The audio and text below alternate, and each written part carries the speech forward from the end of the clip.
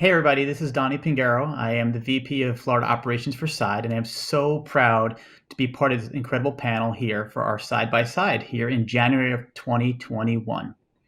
The theme of our breakout session today is embracing entrepreneurship opportunities into international communities. So to give a little context on the abstract here, international buyers have invested over $74 billion in the US in 2019. That's according to NAR. But in 2020, obviously, COVID slowed a lot of the international travel and interest and transactions down. And we feel that the international buyer is poised to flood back into the US here in 2021. And we've got this panel of experts, our side partners, who are going to talk a little bit about their experiences and some tips how you can get back into the market and capitalize on this international flow that's going to be coming in 2021. So to recap up front, we're going to give three key takeaways. One, how to target international buyers in the international market.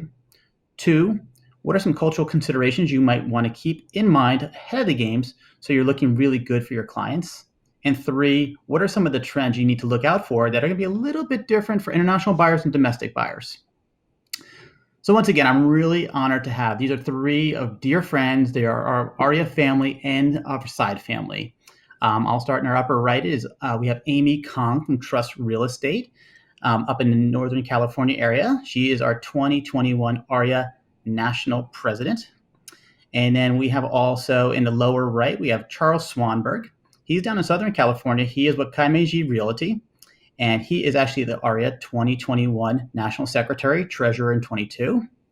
And then we have the guy who runs LC Bay. He is from Strive Real Estate, and he is a new partner for Side, and he was a 2020 Greater LA Chapter Chair, President, as well as my co-chair for the National Convention for ARIA in 2020. So welcome, everybody. I really appreciate your time and sharing your insights. As always, I like to start with ladies first. I'd like to talk to Amy first. We're going to talk about how someone who's really never targeted international buyers, how would you do that? So if you could give us a little insight about your current business and kind of how you've developed your top producing business and some insights upon that for our viewers. Thank you. Thank you, Donnie. Thank you, Sai, for the opportunity. And it's so good to talk to you all today and share some of my experiences. Hopefully, things will get better, because we're into 2021 now. So I'm born and raised in Hong Kong. I'm an immigrant. So naturally, I have a lot of friends that stay in Hong Kong. So in the last so many years, of course, we have never stopped communicating. Of course, from time to time, I will share with them, how my job is and how's the market here in San Francisco, because San Francisco is one of the gateway city in the U.S. So we naturally have a lot of Asian here in this demographic. So back in 1997 in Hong Kong, there was a flood of immigrants. So naturally, we have a lot of our own people here in the Bay Area. But at the same time, how I develop these relationships because among friends is because of referrals as well. Friends would tell friends. And then, of course, back in 2005, I remember that is a turn in my career. I joined a CRB class in Shanghai. And when I landed Shanghai, I have no idea what that is. But I'm like, I don't know anything about managing an office. So I took the class and I feel like I've never been in Shanghai. Why not go there? So accidentally or luckily, I met with a lot of these Chinese developers back then in 2005, right? They're just starting and build a really good relationship through some of the communication using WeChat and other medias, right?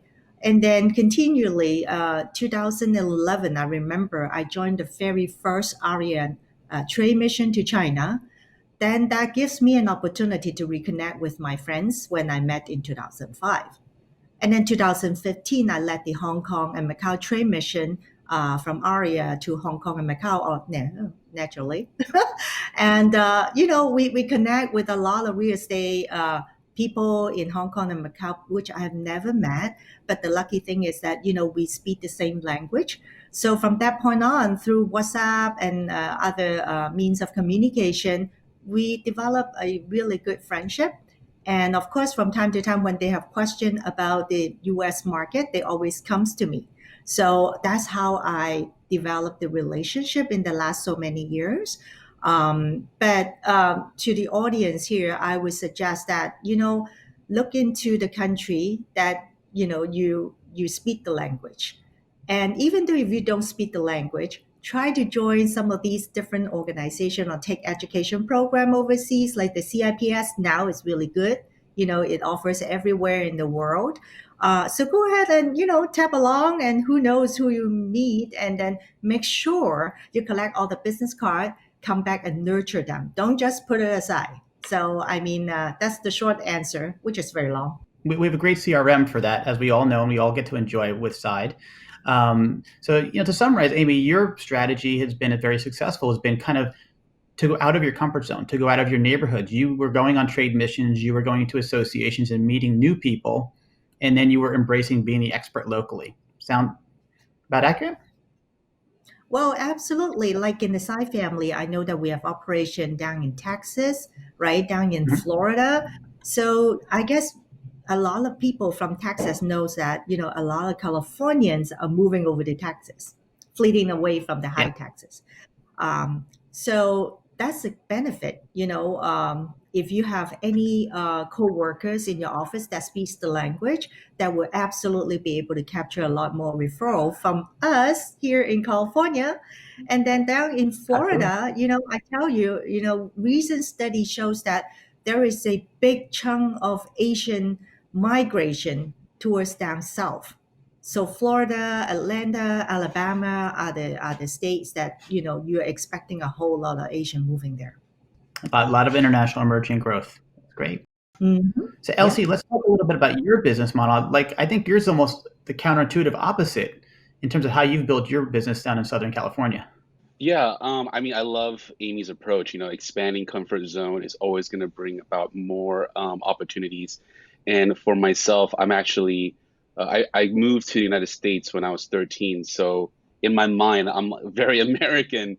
But surprisingly, even though I don't have many ties to my homeland in Malaysia, I still have some transactions with foreign nationals. And it's largely due to the relationships that I've built here with new realtors that are just getting their license and they want to partner up with someone that understands how business is run in LA or in America. And I think what's important to realize is that at the end of the day, we're either buying or selling real estate in America. So as much as we want to understand their culture and what's important to them, the buyers and sellers abroad also want a representative that understand how Americans think and how Americans want to proceed so that their interest is going to be placed in the best hands. So it's both ways. You can take both approaches, either embrace their culture a little bit more and try to have a direct contact with them, or you can also embrace some of the newer agents that are around you. There's going to be a bunch. I mean, if you're in LA, no matter what office you're in, you're going to have an agent that's a foreign national, whether that be Chinese, it could be Iranian, it could be Japanese, it could be anything, because we're a melting pot here, and it's just reaching out to your fellow associates in your office and just trying to give them a helping hand. That's great. Any other tips to how to find those newbie agents who may need a little more cultural lift to let you be not only the neighborhood, but also the cultural advisor for them and their clients? I think doing just the traditional things that I'm supposed to do as an agent to be successful, which is namely just putting myself out there, right, and just be available and be approachable and be patient, and just understand that a lot of times, just like when I get a new buyer or a new seller that may not be familiar with the process, a little bit of repetition, having an open mind to understand exactly what their needs are and what they're trying to do, and then try to find a bridge between what I know and what I think is best, but at the same time embracing what their goals are and then trying to find that bridge. I think coming from that mindset and then using that to talk to different agents, because sometimes when they're new, they may be a little bit closed up. They don't want to open up right away because they don't know who I am, and they don't want to expose maybe their lack of an experience. So I think having a very just open relationship and just me first being vulnerable and letting them know, yeah, I don't have a lot of Chinese investors, and you want to partner with me. I don't know what I can do to help you, and then allow them to tell me where I can fit in that role. I think that way we're speaking more of a partnership level instead of like, hey, I think this is how you should do it. This is how it's done. And then coming from like a superior level, that never works well. That's great. That's great. And again, that's obviously a very easy way to do it because you're not having to get on planes. You're not having to necessarily get on conferences. It's very localized in your neighborhood. You just got to be kind of have your antennas up to see who is going to be in need. And they've got quality buyers, quality sellers, and you're just there to help and facilitate and kind of almost mentor them and build a relationship in that direction. Yeah, I think it goes back to understanding that everybody has value, including myself. There are certain values that I Yeah. have that Yeah. someone else may not have. And then if, let's say, a particular agent doesn't vibe with me, I should not make meaning out of it and think that, oh, I'll never get along with a Japanese agent or a Chinese agent. Maybe just that particular person. And then just me staying true to myself and then just looking for that fit. If I talk to 100 of them, all I need is two or three. I don't need 100, and that's just kind of the numbers game that I just try to pursue. So now we'll go to Charles. And Charles has, in my mind, kind of a meld of both sides of this kind of outreach. So Charles, tell us a little bit about your business model with Kaimeiji and how you're kind of disrupting the industry to a little bit in this international field. Right. Originally, I'm actually from Japan. My mother's Japanese and my father's from Sweden. But I grew up as a little boy in Japan, so the culture is bred in me, and so I think that's kind of an advantage I have. So my interests and my cultural background kind of draws me into obviously Asian mindset. But what most people may realize or don't realize is that there's so many subcultures in the Asian community, and some very different from each other, where customs are not particularly, they don't work. It's not like just one blanket kind of, modus operandi on how to do business and things. So I think it's very important to kind of study and kind of get an idea of who you're working with and, what part of the world that, you're going to be doing business with. And to show a real genuine interest, in that particular culture. I think if agents are there to try to just do international real estate and thinking, all right, I'm going to make more revenue by tilting towards that. I mean, they're going to be able to see right through it. I think the most important part, I think, in working with the international market, especially in the Asian market, is trust in any of the subcultures. And once you have the trust, you will be talking about calligraphy or other things during your business meetings and less business, to accomplish the same kind of goals and things that you have in mind. So it's not just business acumen, and it's not just, knowing all the numbers and things, but it's the genuine kind of trust level that you could achieve with your foreign clients. And along that way, the trust, you're kind of doing a hybrid in terms of your business model. It's a little bit of the East and a little bit of the West meld together to Right. build that trust and service your clients in a different way, correct? Right. Yeah. So Taimeiju, we are specializing in Chinese speaking agents and clients. And there's that, LC was talking about it. Do you model your system to completely, embrace one side or the other, or do you do a mix of both? Do you insult their intelligence by thinking that they don't know anything about American culture and business, or do the mix? And I think it does depend on the clientele, but we do tailor our, all our processes geared towards, like I said, the Mandarin speaking or the Cantonese speaking agent. So, we now have your business models here. We kind of have the blueprint of how you've done it and been very successful in all three different facets. But I think also looking back, as we were talking our pre-show discussion, it's about cultural considerations. And I did a little exercise myself last night because Miami itself is actually the second highest number of languages spoken in home in the U.S. behind Houston. Houston's actually number one. And we have a lot of Caribbean nations, South American, European, and I kind of did a tally, and I've done transactions personally with 27 different countries in my real estate career. And I had to be very nimble, obviously, between a Brazilian or a Belgian or someone from mainland China. So I'd like to talk a little bit about cultural considerations in terms of things you've seen and through your experience, puts you apart, and something that our viewers here can kind of get ahead of the game and be ready for. So Amy, you'd like to give a little cultural considerations? Well, obviously, Feng Shui, I guess everybody, heard about it, right? So be mindful about that. And the house number is part of the Feng Shui too, right? Some people are really, really cautious about that. A lot of international buyers certainly do, especially from Asia. But before we go into the cultural thing, one thing I wanted to make a comment is that a lot of times that people think, hey, I will have to do international businesses. I understand the culture and blah, blah, blah. But if you really dive into it, you know that all these clients that you've been dealing with from international or Asian international that send you client, a lot of times that they have relatives here local. So your international relationship actually be able, and a lot of times that actually turn into dealing with local folks. So that's something I wanted to mention. But back to the feng shui Good thing, point. of course, you wanted to make sure you don't get into a house where there is a T junction, right? You're right at the T junction, or the house front door will not be like facing directly to the back door of the house, because all the money come into the house will go directly out to outside. Goodbye. So things like that. There are a lot of different feng shui class that you can take from association or maybe from ARIA. We have a lot of chapter put together events like that as well. But there are things that one thing it really stuck in my mind is that the deed.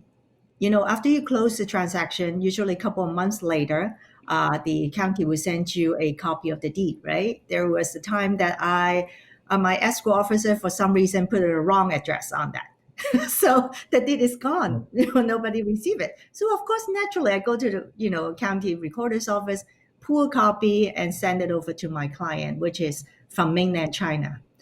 Ended up, he was so mad because they thought that that physical original deed is something that they need to hold on in order to transfer ownership.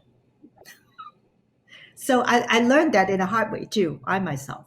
So make sure you send them the original deed and explain to them what that is. Even though a copy is still okay. So, I mean, a lot of practices are very different. I guess Charles and Elsie have a lot of other different experiences. So, why don't you guys go ahead and share?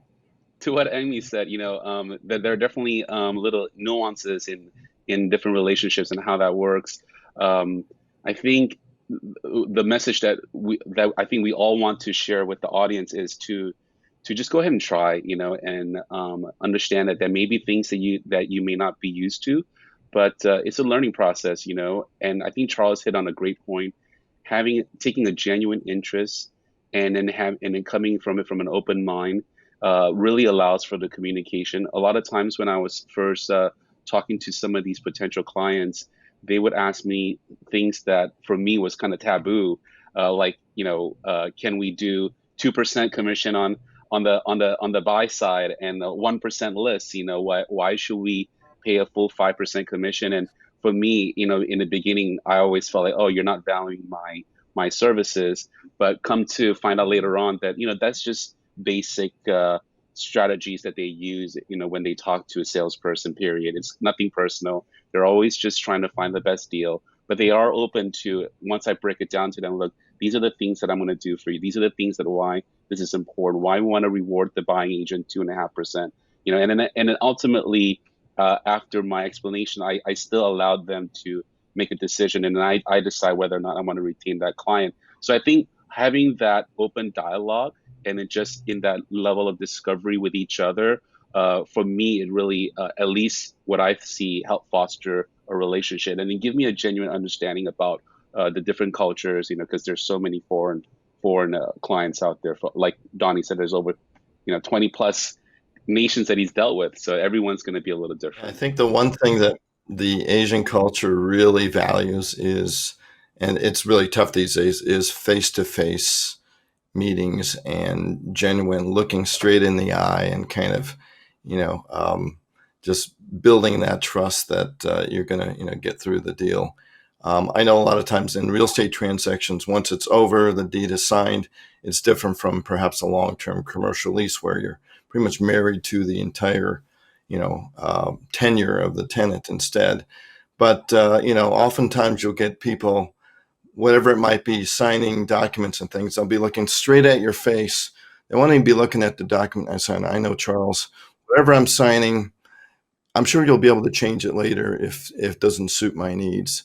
Here you go. And they're not even looking down. So, you know, it's that kind of level of, like I said, trust, which is obviously built into Amy's, platform, that it is so important. And of course, there are a lot of nuances and things. I mean, most Asian clients do not like to be nickel and dime. They'd rather have an all-in, kind of price, whatever it be, rate or things.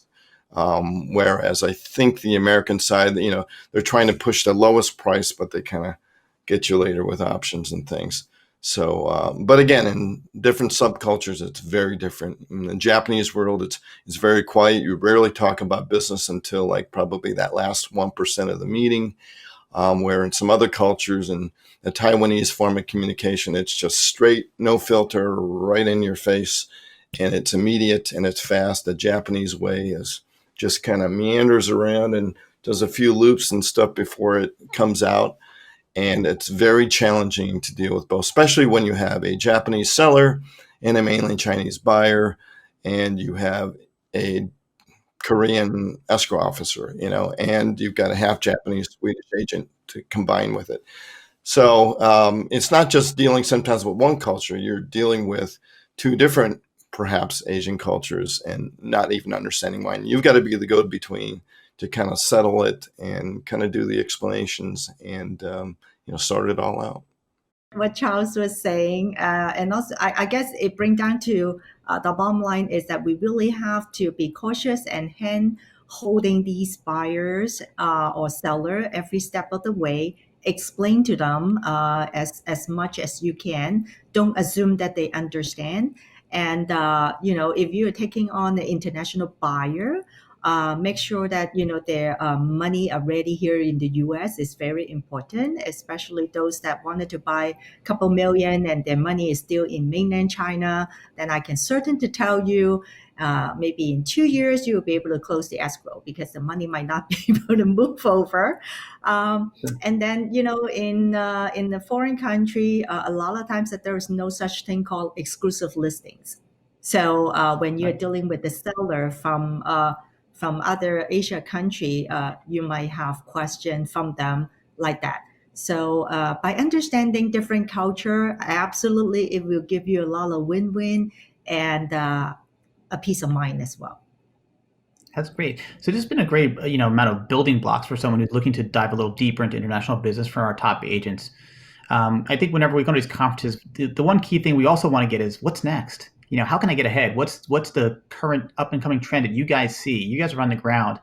So what would you say is a trend to look forward to in 2021 and the future, especially dealing with international clientele? A lot of people think knowing that WeChat is gonna be stopped, operating soon, or hopefully will continue. But other than that, go ahead and look into an app called Signal, Signal. That's another widely used, chat function with people in mainland China. What I think is important to note is that heavily invested areas where mainland Chinese people invested in my area, Arcadia, in the upper threshold, the prices have come down to quite a significant amount. I think that they might be bottoming out. Depending on how it goes from here on out, if we pass another stimulus bill, one of the two things that maybe people should start looking for is maybe some of these listings are going to come out because they have not been able to come over here. A lot of times they use it as their second home, but they can't even visit the country. So it's been sitting there for over a year, and I'm starting to have some of these clients ask me one or two things: look at to lease it out or to sell it. So there may be more listings coming out especially in these heavily invested areas that were primarily people coming from mainland China or in that area because they haven't been able to come here, so we haven't been able to use it. So I would definitely look out for those, and there may be an opportunity there for listings. The U.S. has, with FACTA and CRS, where I don't believe the U.S. Has any reciprocating agreements in reporting investments to their foreign countries and counterparts. So it's still a great place to invest for the worldwide investor. But the other thing is, a lot of the things that we took for granted that had to happen in person are starting to be done remotely. And sure, we've had a zillion Zooms since then. We've had virtual showings and things. But what do you do when you have a foreign seller in a foreign country that you typically have to have let's say, grant deed signed? So how do you get that grant deed signed and notarized? Because it has to be notarized by an American notary of sorts and then recorded in your home country. Well, if you've got an all-cash deal with a 7-day close and they call their home embassy and they say it's going to be about 30 to 35 days before they get an appointment, or they won't get any appointments because they don't want to do any face-to-face meetings. Now what? Well, there's some creative ways now where you can actually have a video notary in certain states that will be allowed in California that you could do with a foreign transaction. So, for example, a Japanese buyer, a seller signs a grantee with a video notary out of Texas, which allows it. And that Texas notary and also endorsement is allowed at least in LA County for the recorder's office. So that solves that problem, which was unheard of, and most agents don't realize you can still do. Because with a lot of foreign transactions and cash transactions, there's actually more scrutiny. If you're buying a property cash and you're a foreign entity or foreign person, you need to be vetted through FinCEN and all kinds of things before you can be allowed to purchase in cash. And then you have, of course, the notarized document for the wire transfer through title and escrow, and also to show that you have no loan on the property. So sometimes cash deals, which we do a lot, with the Chinese and other foreign buyers, do tend to complicate things. And how do we deal with that during remote times, which we're probably going to be in, until the good part of next year. So those are things to, I think, consider and look out for. We have to pay attention on the foreclosure market as well. I guess we all know that the residential side of foreclosure is not going to be as like back in 2009, 2010. But then in the commercial sector, where retail and hospitality are coming up huge. So obviously, a lot of these international investors and buyers, they're interested in that arena. And just because of the depreciation of the US dollar, that also take another, discount to them. So it will be really, really attractive. I would say in the meantime, make sure you continue nurture the relationship with the international folks, and then make sure that you share information with them like that, and then get them ready, get their money out here in the US when the opportunity knocks. Come on, you will be representing them. Amy is right. If you can give them a bargain, they're all over it. Yeah, and make sure you align yourselves with, if you are not an expert in those particular fields, that the bargains are going to come up. And without a doubt, there's going to be defaults, especially in the retail commercial sector, that you align yourself with some agents and partners that you trust that can get you that proper information. So when the opportunities do come, you're ready instead of scrambling. That's amazing. Well, they're telling us, unfortunately, we're out of time soon enough here. So I want to thank Amy, Elsie, and Charles so much for adding your insights and sharing to our wonderful side community.